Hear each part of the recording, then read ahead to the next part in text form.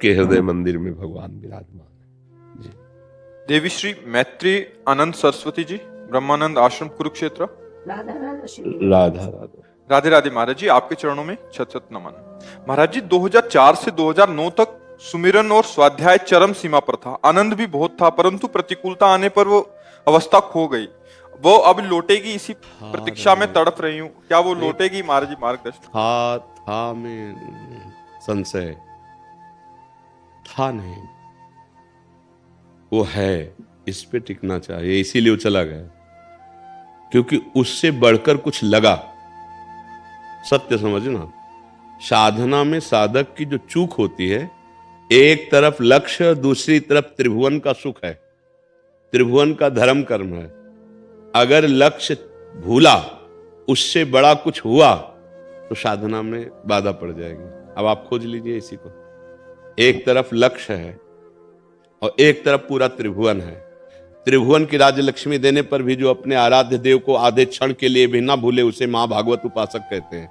या हमसे कोई त्रुटि हो गई, कोई वस्तु, कोई व्यक्ति, कोई स्थान, कोई पद, कोई धर्म, कोई कर्म हमारे आराध्य देव से बढ़कर हो गया, इसीलिए हमारी स्थिति बिगड़ गई। जैसे जल पीने जाएं और सरोवर में सेवार हो, सेवार समझते ना, जो जल के ऊपर होता है, तो अज्ञानी तो समझेगा यहां हरा हरा है, जल है ही नहीं, लेकिन विवेकवान उसको ऐसे हटाएगा। अब हटाने मात्र से पानी पीने को नहीं मिलेगा, उसे हटाओ और हटाओ और हटाओ और हटाओ। अगर हटा के वो ऐसे किया, तब तक वो सिवार ढक लेगा। समझ रहे ना? तो आपने हटाने का प्रयास किया, लेकिन पूरा नहीं हटा पाए, और कोई ना कोई वस्तु, व्यक्ति, स्थान, धर्म, कर्म प्रभु से बढ़कर हो गया, उसी ने हमको गिरा दिया। इसीलिए एक श्लोक है, उसे बहुत ध्यान से, गीता जी का, सर्वधर्मान परित्यज्य माम एकम शरणम ब्रज, माम एकम शरणम ब्रज। केवल मेरा महत्व रहे, बस।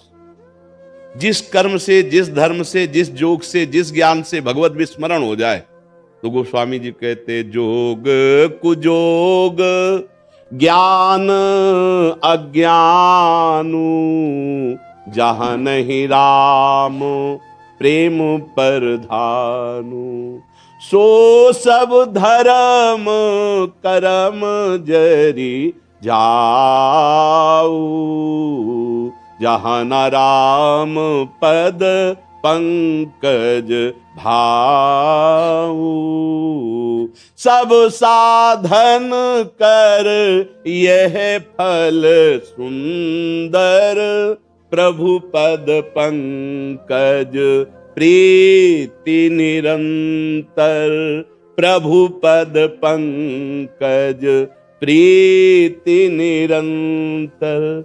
समस्त धर्म कर्म साधना का यही फल है, निरंतर मेरे आराध्य देव का चिंतन। आपने चिंतन पर महत्व नहीं किया तो ठगों ने लूट लिया।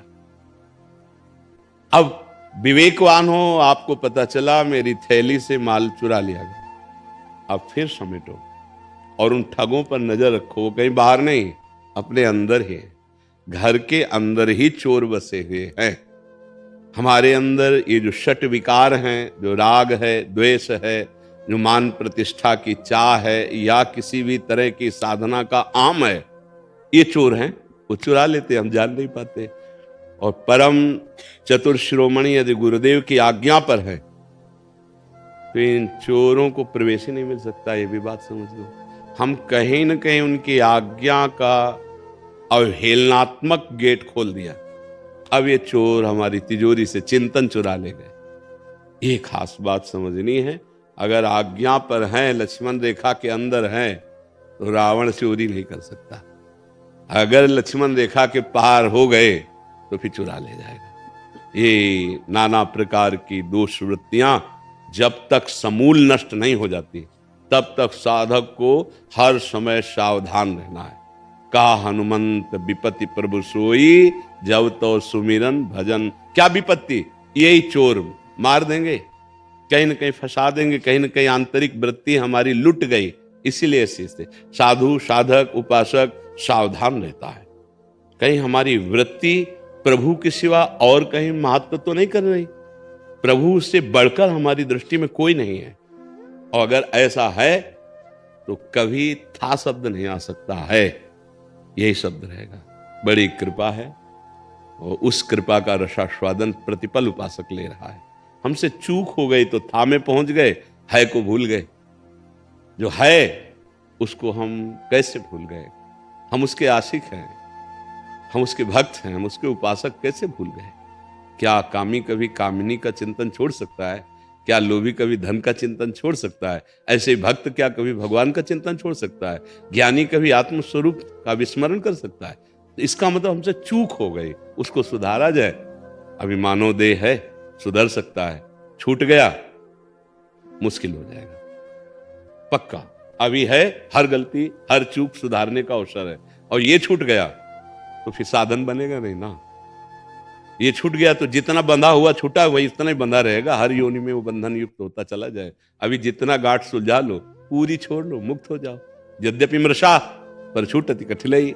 इसलिए जो गुरु प्रदत्त नाम है, मंत्र है, आराधना है, उस पर तन्मय रहो। अन्य कोई बात तो न रह जाए तो अभी उपासना पुनः जागृत हो जाएगी। क्यों, आपका क्या इस विषय पे राय है? ठीक है महाराज जी। हाँ, कहीं हमसे चूक हो गई ना, चलने वाले से चूक होती, फिसल जाता है। एक सवाल और बन रहा है। हाँ बताइए। वो जो अवस्था आई थी वो भी स्वदेव आई थी, वो जो अवस्था आई थी वो भी स्वतः आई। देखो, गुरुदेव की कृपा जो अव्यक्त रूप से है हर जीव पर होती है, चाहे वो दीक्षा ले चाहे न ले। जैसे आप लोग यहाँ आए हैं तो कृपा से तो आए हैं, आप सुन रहे हैं, कृपा से सुन रहे हैं, और अचानक आपके चित्त में एक आनंद का आकर्षण पैदा होगा। वो कुछ समय तक चलेगा, फिर हट जाएगा। अब आपको चलना होगा। जैसे माँ बच्चे को कैसे चलाती है, ऐसे चलाती है ना, गिरने ना पावे पर चलना उसे पड़ेगा। तो जो कभी कभी साधक के, साधु के, भक्त के, उपासक के हृदय में एक अद्भुत स्थिति आती है, वो उसकी साधन जन्य नहीं है, कृपा जन्य है। अब उसे वो संभाल ले तो वैसे ही आगे बढ़ती चली जाएगी। अब चूंकि साधन से तो प्राप्त नहीं हुई तो हम लोग आनंद में बेपरवाह हो जाते हैं। जहां बेपरवाह हुए तो अब वो खाली हम जैसे के तैसे फिर रह गए। हमारी स्थिति यह है, वो कृपा की स्थिति थी। अगर उसी स्थिति को पकड़ ले, वो आगे बढ़ता चला जाए तो कभी खाली नहीं हो सकता। पर उस समय क्या होती है, एक आनंद वृत्ति आती है ना, तो उसमें बेपरवाह हो जाते हैं। नहीं, उदासीन अति रही गुसाई। उस समय बिल्कुल उदासीन, बिल्कुल खिन्न आत्मा, क्योंकि हम उस अल्प सुख में नहीं टिकेंगे, उस भूमा सुख में जाएंगे जिस स्थिति के बाद कभी भी वो विचलित ही नहीं होती है। वो तो कृपा प्रदत्त आती है, आकर्षण आता है। जैसे किसी को नशेबाज बनाना हो तो 10-5 दिन अपनी जेब से खवाइए नशा, फिर इसके बाद छोड़ दीजिए, तुम्हारे पीछे घूमेगा। ऐसे ही गुरु कृपा होती है, भगवत कृपा होती है। जीव को माया से आकर्षित करने के लिए वो आनंद देते हैं, फिर रोक देते हैं कि अब अपनी स्थिति से चलो, तो घबरा जाता है। पहले तो बहुत आनंद था, अब आनंद नहीं है। पहले तुम्हारे साधना का आनंद था, नहीं, गुरु कृपा का आनंद था। अब क्यों बंद हो गया? क्योंकि तुमने गुरु कृपा की अवहेलना कर दी। कहीं ना कहीं सूक्ष्मता से देखा जाए, ऐसे हर साधक के जीवन में ये चूक हो जाती है। और जो प्रवीण हैं वो उसको पकड़ करके उसी कृपा बल से आगे चल देते हैं। नहीं तो जैसे दलदल में फंसा हुआ व्यक्ति है, ऐसे हम दलदल में फंसे, काम क्रोध लोभ मोह मद। हमारे अंदर भगवदानंद स्फुरित कैसे हो सकता है? ये कृपा से स्फुरित हुआ। अब अगर हम उसी को पकड़ लें तो वो कृपा बढ़ती चली जाएगी, वो आनंद बढ़ता चला जाएगा। अगर हमने कहीं उदासीनता दिखाई उधर से, तो इधर हमारी वृत्ति चली जाएगी। किसी वस्तु, किसी व्यक्ति, किसी स्थान, किसी कर्म, किसी धर्म, किसी प्रपंच के कार्य में जो भगवत चिंतन रहित हमें कर देता है। आप समझ पा रहे? हाँ, वो कृपा से, गुरु कृपा से आई थी। अब उसको पकड़िए। क्योंकि जैसे हमने गुड़ का स्वाद लिया है, तो गुड़ हमारे सामने ना हो तो भी हम चिंतन करें तो स्वाद आ जाएगा। आंवला मुंह पानी में, पानी आ जाएगा, मुंह में ले आ जाएगा, क्योंकि हमने स्वाद लिया है उसका। तो भगवदानंद का स्वाद, भजन का जो आपके अंदर आया, उसी स्वाद में आइए, पुनः आइए, अपने चढ़िए। श्वास श्वास में कई कई बार जो गुरुजी ने मंत्र दिया, नाम दिया, उस अभी देखो जागृत हो जाएगी। अरे आप भगवान के अंश हैं, आप भगवत स्वरूप हैं, आप न स्त्री है न पुरुष है। आप अपने को जागृत कीजिए। अभी सारा ज्ञान, सारी शक्तियां आपके अंदर है, उन्हें जागृत कीजिए। अब जागृत आपको करना पड़ेगा। चाबी गुरु ने दे दी, तिजोरी आपको खोलनी पड़ेगी। चाबी तो दे दी। जो गुरु मंत्र है वो स्वरूपानंद, भगवदानंद, प्रेमानंद, विज्ञानानंद, ज्ञानानंद, जो नाम कहो उस आनंद का, उसकी चाबी है। बार बार मंत्र में चित्त वृत्ति ऐसी तन्मय करते रहो कि कोई विषय चिंतन ना होने पावे, फिर देखो आनंद आ जाएगा।